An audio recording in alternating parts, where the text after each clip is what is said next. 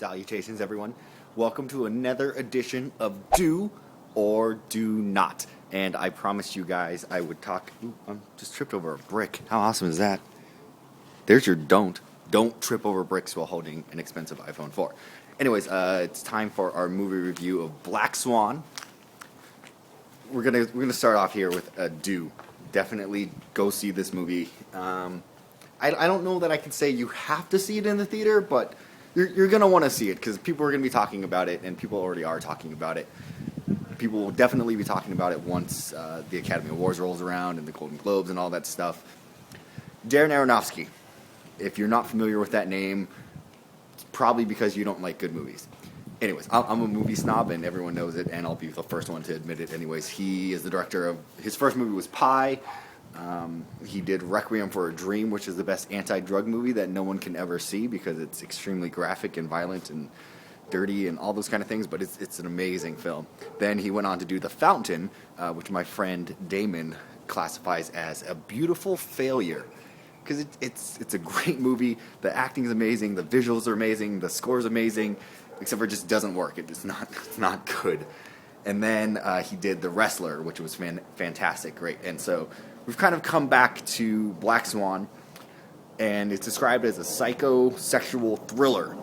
And that may make no sense to most of you, but it perfectly kind of sums up how this movie is about. And it stars Natalie Portman and Mila Kunis and Winona Ryder and some other guy whose name I can't remember at all. But Natalie Portman, well, let's leave her till the end. Winona Ryder has kind of a small role, and she does amazing. It's finally Winona Ryder transitioning into, hey, she's a bit older now, and she needs to take on some older roles, and here she just kind of nails it and does really well with the role given to her for Black Swan.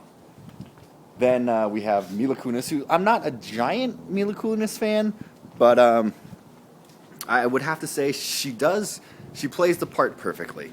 And the premise of the movie is that Natalie Portman and Mila Kunis are ballerinas, and the director of the New York Ballet, or whatever it is, I don't even know that it's that important, is doing an adaptation of Swan Lake.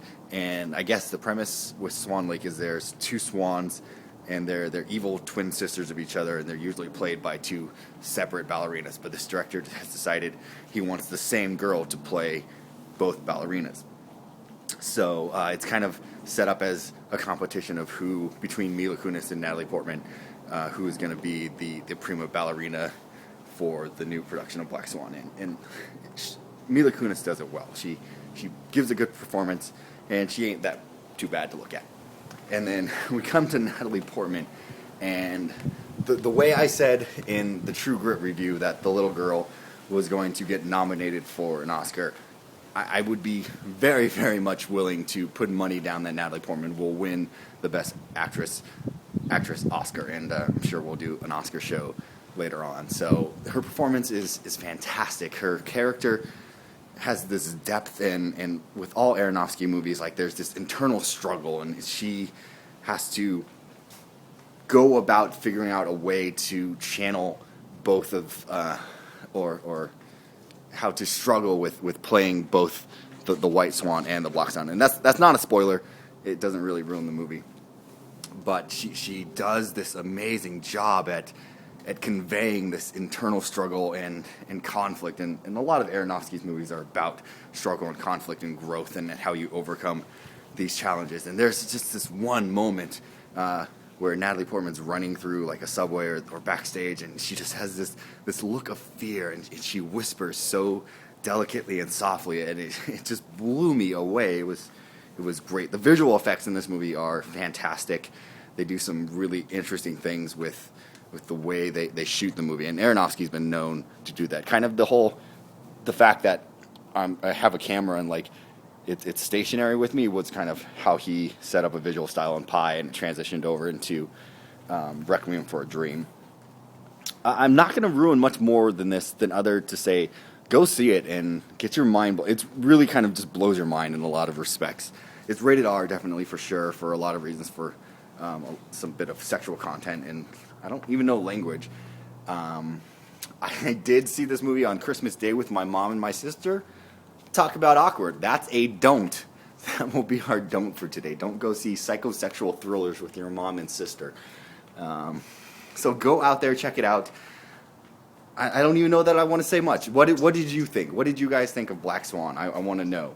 Leave a comment down below or a video response. Tell me if you loved it, you hated it, or you're not even interested. I'm sure a bunch of you will see this review after award season, and people are like, "Oh, Black Swan, I got to know more about it." But definite thumbs up on this one. So go out there, go see it.